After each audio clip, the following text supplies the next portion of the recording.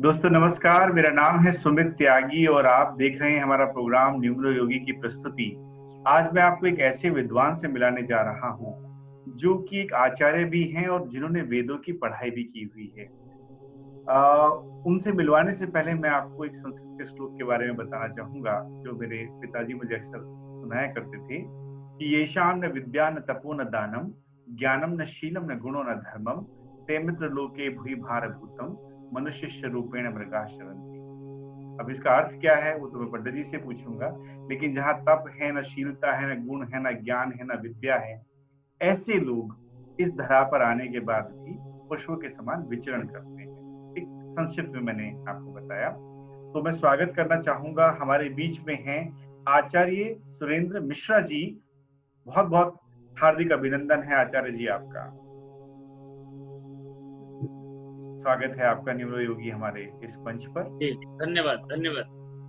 तो आचार्य जी, आज मुझे आपको यहाँ पे निमंत्रण देना पड़ा क्योंकि कई सारे मेरे मित्रों ने और हमारे न्यूरो योगी के दर्शकों ने ये हमसे विनती की, जी, हमें कहा कि एक ऐसे आचार्य को लेके आए जो वेदों के भी ज्ञाता हों और साथ ही जो ज्योतिष के जो 9 ग्रह हैं, 9 ग्रहों के उपाय भी बता सकें। एक सही उच्चारण के साथ कैसे उनके बीज मंत्रों का किस तरह से क्या क्या उपाय और हो सकते हैं एक सही उच्चारण के साथ। तो आपका बहुत बहुत स्वागत है हमारे प्रोग्राम निम्र योगी के इस चैनल पर। तो आचार्य सुरेंद्र मिश्रा जी, सबसे पहले मैं ये जानना चाहूंगा कि आप अपने बारे में कुछ बताएं। मैं तो जानता हूं, लेकिन जिससे हमारे दर्शक भी जान सके कि आपने आचार्य की ये विधा पढ़ाई, ये उपाधि कहाँ से ली। जी, मैं सर्वप्रथम संपूर्णानंद संस्कृत विश्वविद्यालय वाराणसी से मैंने आचार्य किया। तत्पश्चात उसके बाद एक परंपरागत गुरुकुल से छोटे से जैसे विद्या अध्ययन होता है उसी प्रकार हमने गुरुकुल से सारी विद्याओं का अध्ययन किया। उसमें संपूर्णानंद से आचार्य, तत्पश्चात महर्षि वैदिक विश्वविद्यालय से हमने शुक्ल यजुर्वेद की पढ़ाई की। जी और वो पढ़ाई करने के पश्चात जब मुंबई में रहकर कर्मकांड इत्यादि करते। मेरा शुभ नाम आचार्य सुरेंद्र कुमार मिश्रा और मूलतः मैं वाराणसी के पास ही सोनभद्र जनपद के एक जिला में वहाँ मेरा गांव है। और फिर सारा पढ़ाई हमने बनारस से और महर्षि वैदिक विश्वविद्यालय से हमने अध्ययन किया। आचार्य जी, मैं जी आपको मुंबई में काफी वर्षों से जानता हूँ और मैं देख रहा हूँ कि बहुत सारे परिवारों में, घरों में जाके आपने कई तरह के यज्ञ, शांति पाठ, सत्यनारायण की पूजाएं, नवग्रहों की पूजाएं, महामृत्युंजय, रुद्राभिषेक, पता नहीं क्या क्या आप जो जैसी जिसकी श्रद्धा जैसे जो आपको बुलाते हैं आप कर रहे हैं। मुंबई जैसे शहर में भी लोग इस हमारी भारतीय संस्कृति की तरफ आकर्षित हैं। अभी भी कुछ इस तरह का या कम हो गया है क्योंकि ये एक महानगर है। सभी के लोगों में श्रद्धा है और जी हमारी संस्कृति के लिए, वेदों के लिए, और जो जानकार हैं सर, जैसे जिनकी इच्छा है जानने की, या जो हमारे अभी कुछ जो नया युवा पीढ़ी है उनके मन में भी ये सब जानने के लिए इच्छा रहता है, तो उनको जी अच्छी तरह से अगर हम बताते हैं कि हमारी संस्कृति क्या है, हमारे वेद क्या है, या जो भी हमारे ऋषि मुनि जो वेदों में पुराणों में बताए हैं, हमें मार्गदर्शन दिए हैं, जी अगर अच्छी तरह से उनको हम समझाते हैं तो वो समझते हैं और इसके प्रति उनको जागरूकता बढ़ती है और अच्छे जानने की वो कोशिश करते हैं। आज भी हमारे सनातन की संस्कृति के लिए जानने के लिए लोग हमेशा तैयार रहते हैं और जी करते हैं, पूजा पाठ के लिए सब लोग अच्छे से करते हैं। जी जी जी जी। तो आपकी इसी बात को आगे बढ़ाते हुए मैं अपने आज के विषय पर आना चाहूंगा कि नौ ग्रहों के ज्योतिषीय उपाय क्या हैं। जैसे आप तो ज्ञानी व्यक्ति हैं, आप समझते हैं, लेकिन आम जनमानस में भी जितने लोग हैं वो इन ग्रहों को लेकर कई बार बड़े संशय में रहते हैं कि उनके जैसे किसी पंडित ने, किसी ज्योतिष ने उनको बता दिया उनकी दशा खराब है या ये दशा राहु की या केतु या शनि की चल रही है।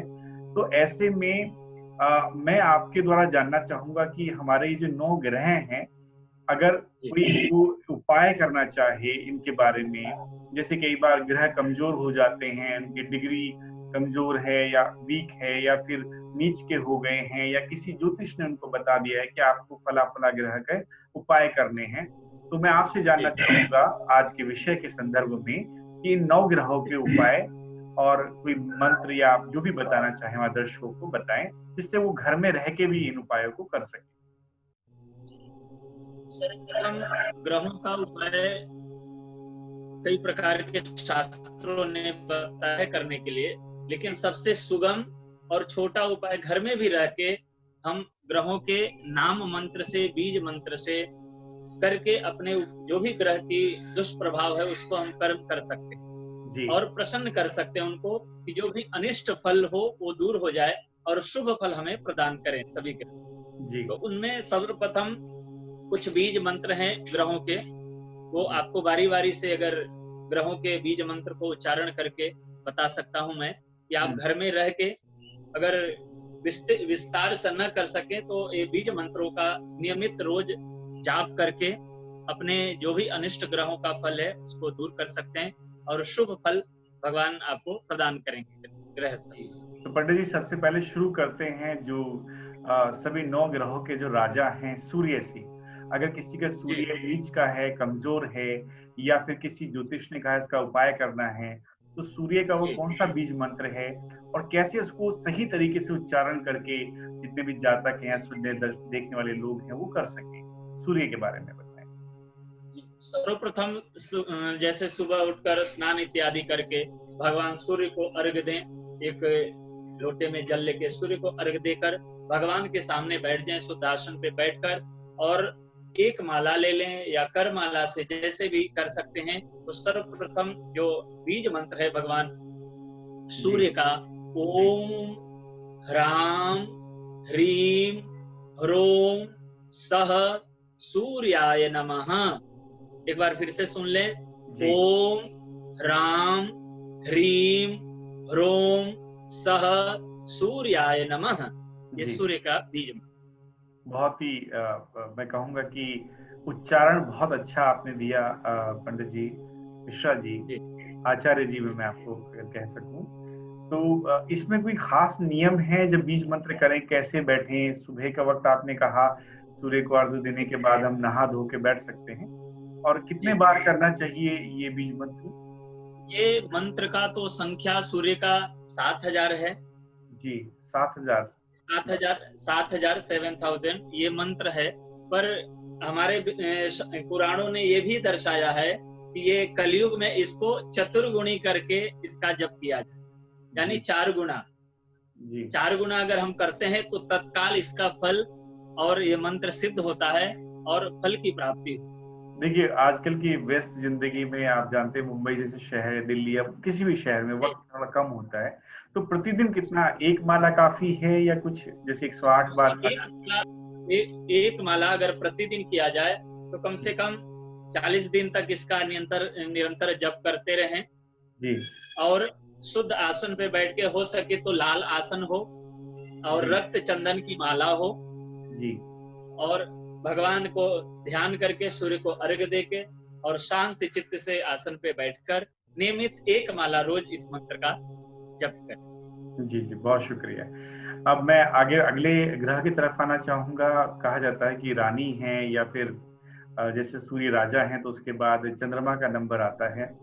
चंद्रमा की अगर स्थिति कमजोर है और उसके लिए उपाय में बीज मंत्र का जाप बताया, तो उसके बारे में बताएं कैसे करना है और क्या उसका सही उच्चारण है? चंद्र श्वेत हैं, हमारे पुराणों में श्वेत संज्ञा दिया गया, उनके जो रंग होता है श्वेत है जी। तो इनके लिए शुद्ध एक वस्त्र, सफेद वस्त्र हो और भगवान के सामने सवेरे नित्य स्नान इत्यादि करके बैठ जाना है। बैठने के बाद एक माला कोई भी ले लें और लेकर जो चंद्र का मंत्र है, बीज मंत्र आपको मैं सुना रहा हूँ, जी आप ध्यान से सुने उसको और जी। उसको आप स्मरण करके आप उसको जप कर सकते हैं। हम्म, ओम श्राम श्रीम श्रोम सह चंद्राय नमः। फिर से एक बार सुने। जी ओम श्राम श्रीम श्रोम सह चंद्राय नमः। ये चंद्र का मंत्र जी है और नियमित इसको भी आप एक माला जप करें और इनका जो जप संख्या है वो 11,000 है जी।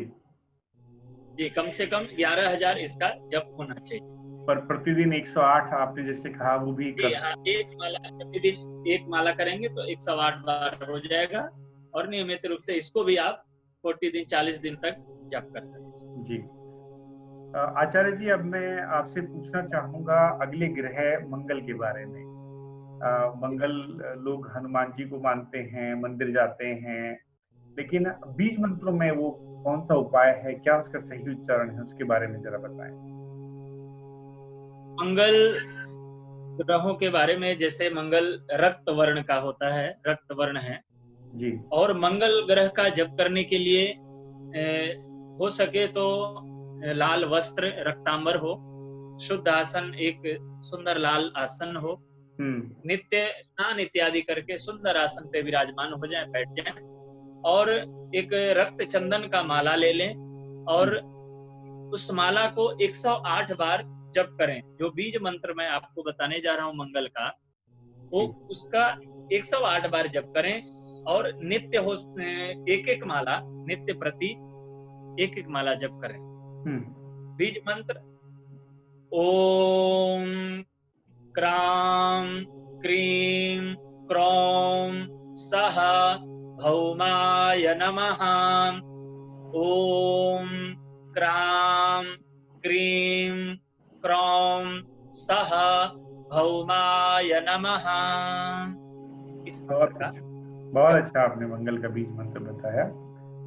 ठीक है जी। जी पंडित जी, मंगल के बाद मैं बुध ग्रह को लेना चाहूंगा, जो बड़ा चंचल ग्रह भी माना जाता है और बुद्धि का कारक भी है, व्यापार का कारक भी है। और अक्सर लोग बुद्ध के उपाय करते हैं, कई तरह से गाय को चारा देते हैं, कई और भी उपाय। लेकिन अगर बीज मंत्रों की श्रृंखला में आए तो बुद्ध के लिए आप कौन सा बीज मंत्र और क्या उसका सही उच्चारण है, आप बताइए। बुध ग्रह का बीज मंत्र, बुध पुराणों में संज्ञा उनको हरित रंग का दिया गया है जी और ये भी शुद्ध आसन पे नित्य की भांति बैठकर बुध का जप करने के लिए जो बीज मंत्र है बुध का, जी ओम ब्राम ब्रीम ब्रोम सह बुधाय नमः। एक बार फिर से बोलूंगा मैं। जी। ओम ब्राम ब्रीम ब्रोम सह बुधाय नमः। ये बुध का बीज मंत्र। इस मंत्र बुद्ध के उपाय और बीज मंत्र के दौरान कोई खास सावधानी या कोई नियम? इसके उपाय नियम विशेष, इसके बस वही शुद्ध आसन पे बैठकर जी और एक माला लेकर नित्य इस 108 इस बीज मंत्र का जप कर सकते हैं जी। जी। अच्छा, अब मैं अगले गुरु, जो गुरु भी कहलाते हैं, अगले ग्रह के ऊपर आना चाहूंगा। जी बृहस्पति देव, जिनको गुरु भी कहा जाता है, बड़ा अच्छा दिन मानते हैं। भक्त कई बार मंदिरों में जाते हैं, साईं बाबा को भी मानते हैं जो लोग वहां जी। जाते हैं। हमारी वैदिक परंपरा के अनुसार क्या बीज मंत्र है गुरु का और कैसे उसका सही उच्चारण कर सकते हैं? का बीज मंत्र है, आप सब जानते हैं, गुरु पीत होते हैं, मतलब पीला आकार के होते हैं और पुराणों में भी संज्ञा उनको पीत का यानी पीला का दिया है और जी गुरु ज्ञानी होते हैं। और गुरु का जप करने के लिए हो सके तो पीला वस्त्र हो, जी अगर पीताम्बरी है, पीला आसन है, ऐसे आसन लें जो पीत हो और जी पीताम्बर वस्त्र हो और बैठकर शुद्ध भगवान का, केले का हो सके तो केले का फल का भोग लगाएं और नित्य स्नान इत्यादि करके सवेरे सुखासन पे बैठकर जी एक माला गुरु का जप करेंगे और जी। उस गुरु का बीज मंत्र है ओम ग्राम ग्रीम जी ग्रोम सह गुरुवे नमः। जी ओम ग्राम ग्रीम ग्रोम सह गुरुवे नमः। ये मंत्र गुरु का बीज मंत्र। जी। इसके बाद सबसे खूबसूरत सुबह के वक्त में अगर देखें, एक चमकता सा तारा जिसको शुक्र ग्रह भी मानते हैं। शुक्र मुंबई में चकाचौंध और फिल्म इंडस्ट्री का भी कारक है। जो लोग फिल्म इंडस्ट्री में कोशिश कर रहे हैं और कला के किसी भी क्षेत्र से जुड़े हुए हैं, वो बड़े लालयत रहते हैं कि भाई उनका शुक्र अच्छा हो जाए, शुक्र से संबंधित कोई दिक्कत हो या कमजोरी हो ग्रह की, या उसकी दशा चल रही हो, तो उसको ठीक करने के लिए शुक्र का कौन सा वो बीज मंत्र उच्चारण सहित बताएं। भी एक संज्ञा हमारे वेदों ने, शास्त्रों ने दिया है कि उनका स्टार होते हैं और वो सफेद रंग का ही शुक्र माना जाता है। जब हम लोग पूजा भी करते हैं, नवग्रह बनाते हैं, जब पूजाओं में नवग्रह मंडल, तो उसमें सफेद रंग का हम शुक्र को बनाते हैं जी। तो सफेद वस्त्र पहनकर अगर शुक्र का जप किया जाए तो अति उत्तम है। और शुक्र का जो बीज मंत्र है आपको मैं बता रहा हूं, ओम द्राम द्रीम द्रौम शह शुक्राय नमः। ओम द्राम द्रीम द्रौम सह शुक्राय नमः। ये और शुक्र का बीज। कितने बार लिखा हुआ है इनका पूरा उपाय अगर कोई करे तो कितने बार करना चाहिए? इसका 16,000 जप संख्या है शुक्र का। 16,000? जी 16,000 जप संख्या। लेकिन प्रतिदिन एक माला कर सकते? 108 एक माला प्रतिदिन। हाँ जी 108 जप करें और कम से कम 40 दिन का अनुष्ठान ये करना चाहिए जी।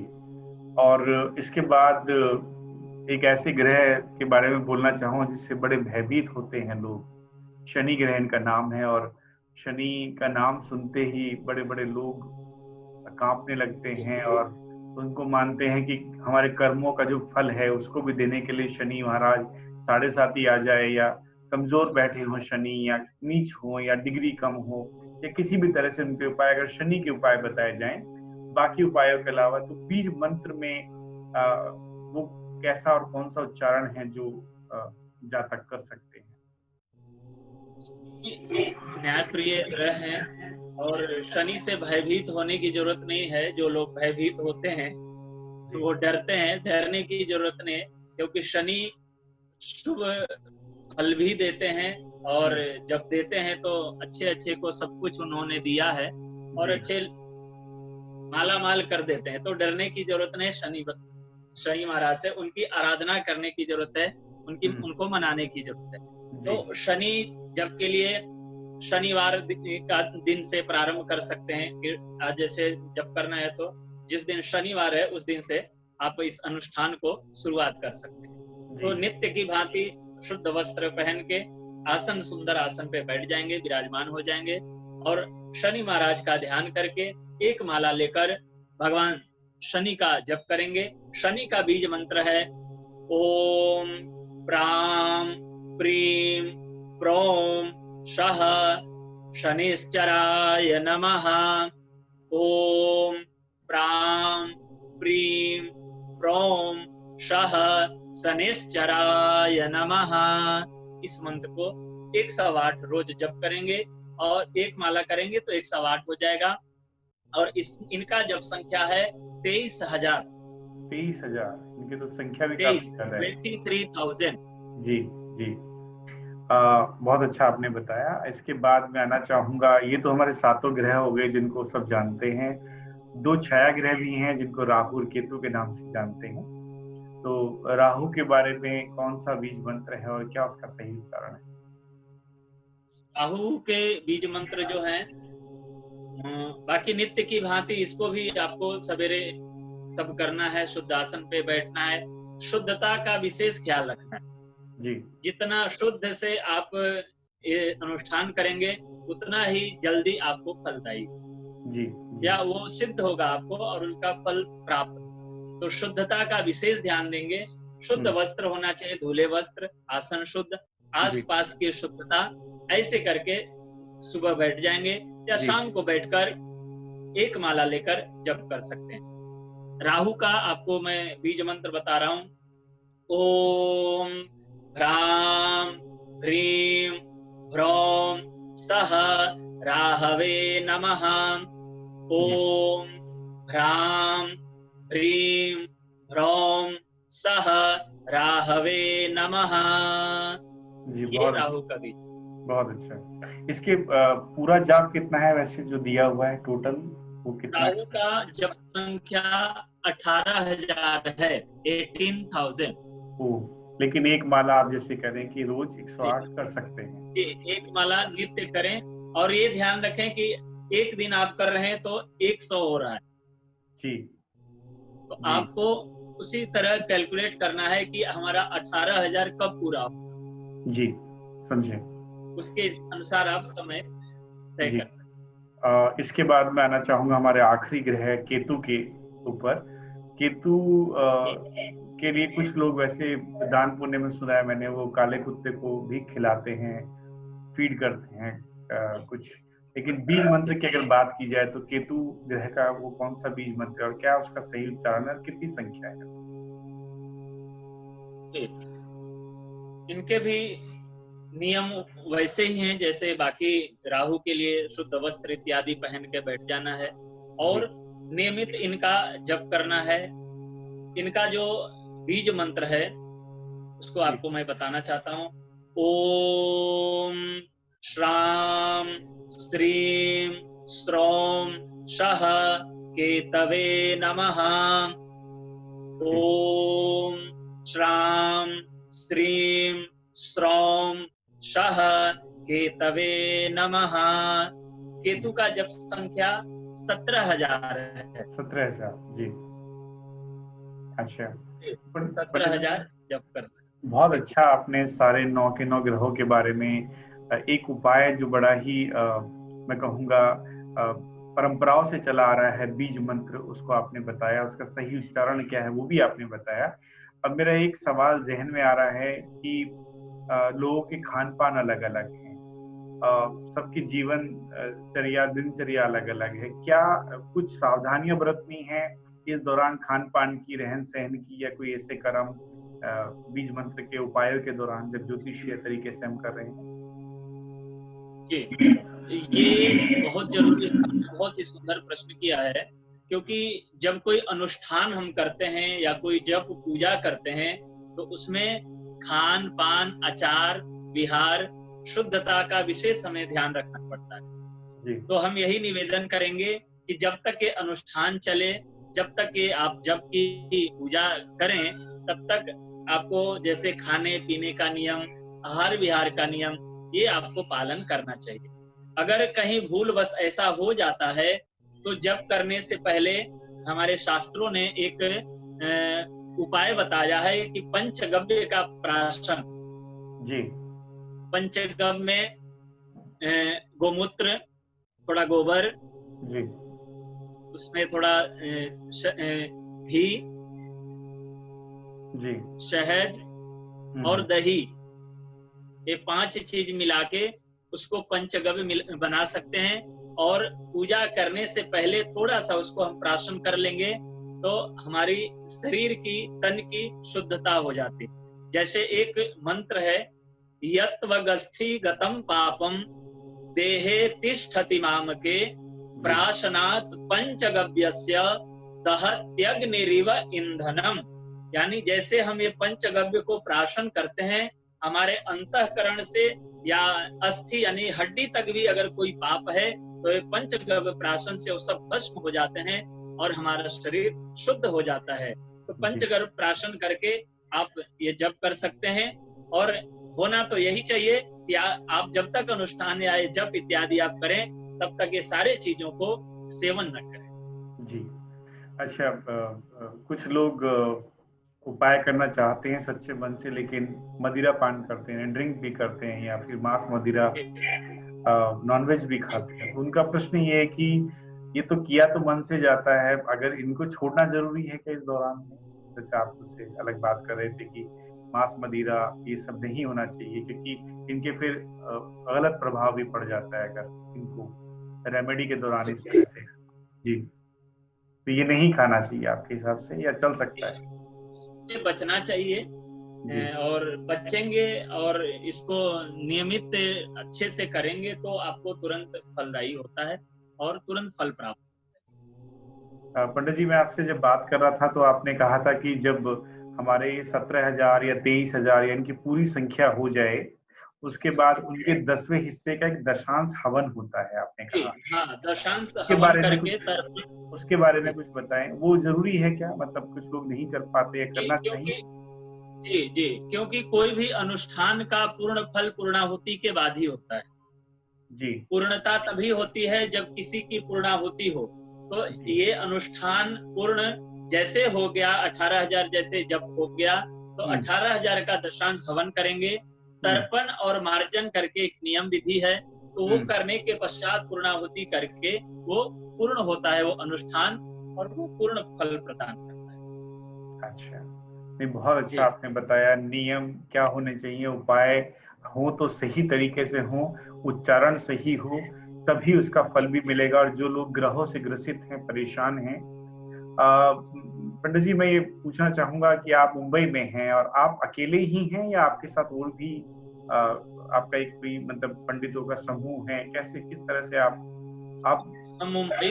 जी, जी, जी, मैं मुंबई में हूँ और हमारा एक बहुत बड़ा परिवार है, समूह, जो हमारे जैसे ही ब्राह्मण जो गुरुकुल से पढ़ के वेदाध्ययन करके पुराण अध्ययन करके शास्त्रों का अध्ययन करके अलग अलग कुछ मंदिरों में भी हैं, कुछ अच्छे अच्छे विद्यालय में भी हैं, और कुछ हमारे जैसे कई जगह अपने निवास स्थान पे रहते हैं और हम्म, घरों में जा जाकर पूजा इत्यादि करते हैं। तो हमारा एक बहुत बड़ा परिवार है, बहुत बड़ा जी, समूह है। आप हम्म, समझें कि शत चंडी हो तो 100 लोग भी हमारे साथ हैं, सहस्त्र चंडी हो तो 1,000 भी लोग हैं मेरे साथ, ओ, और लक्ष्य चंडी है तो फिर पूरे तीर्थों से, पूरे क्षेत्रों से, पूरे हमारे भारतवर्ष से सब 50,000 तक, 51,000 तक भी ब्राह्मण एकत्रित हो सकते हैं। एक जगह बैठ के जी, सब एक साथ करते हैं, आप बोल जी, रहे हैं?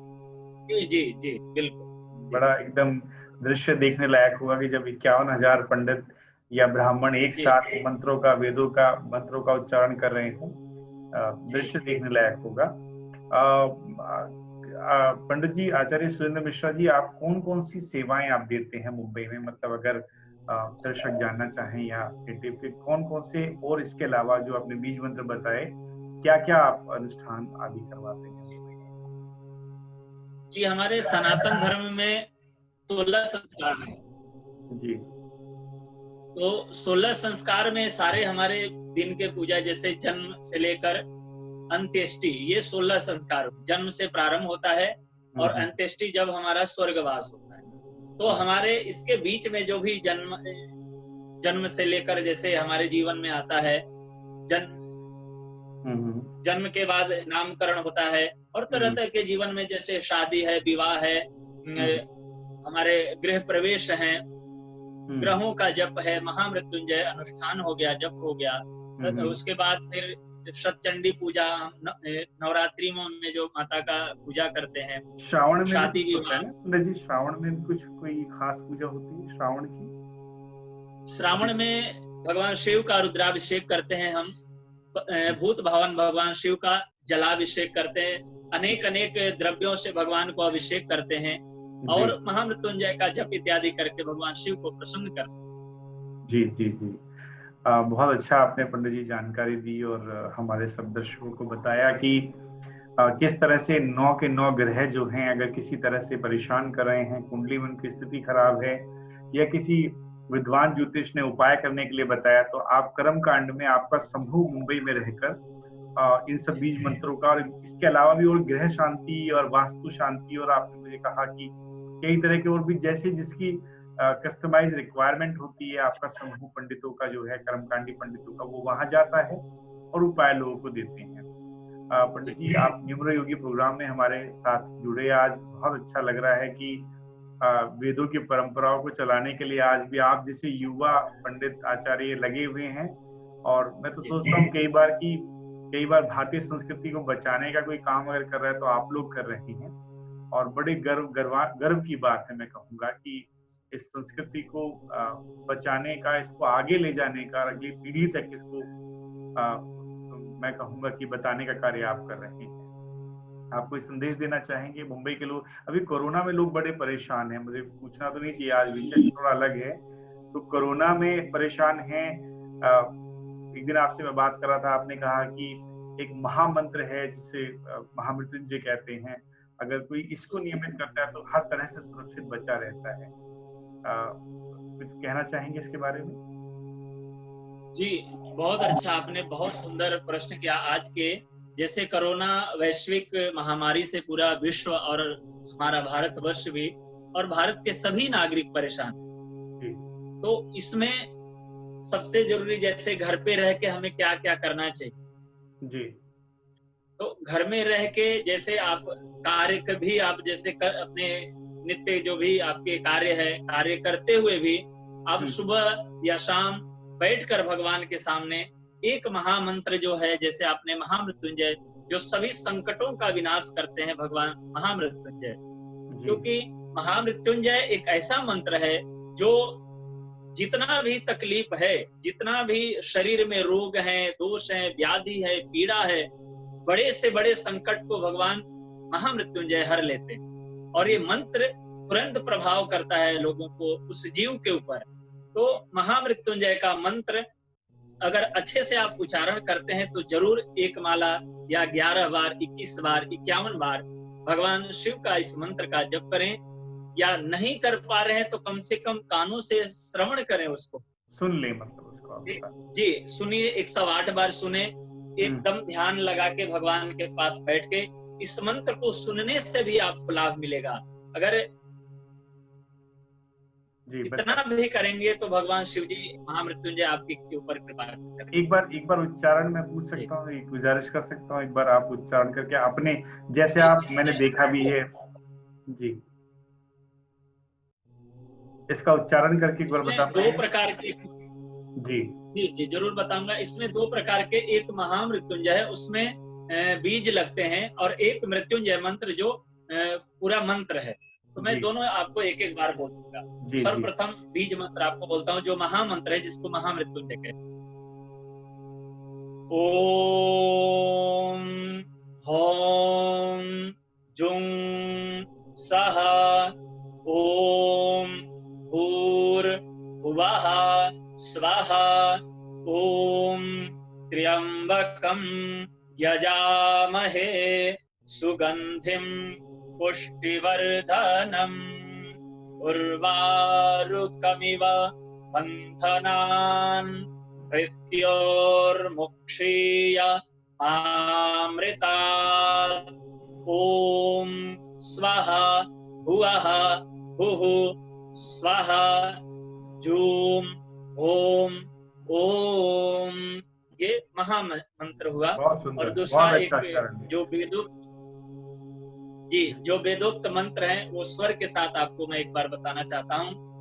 हरे ओम त्र्यंबकं यजामहे सुगंधिं पुष्टिवर्धनम् उर्वारुकमिव बन्धनान् मृत्योर्मुक्षीय मामृतात्। क्या बात है, बहुत सुंदर। शाम का वक्त है और इतना आपके मुख कमल से मैं मंत्रों का उच्चारण सुन रहा हूँ, और मेरा विशेष पसंदीदा महामृत्युंजय मंत्र आपने बड़ा अच्छा, मुझे खुद आज एक करेक्शन का मौका मिला, शायद मैं सही नहीं पढ़ रहा था आपका उच्चारण, और कैसे पूरा मंत्र पढ़ा जाए और क्या उसका तरीका है, आपने वो दोनों विधियां बताई हैं।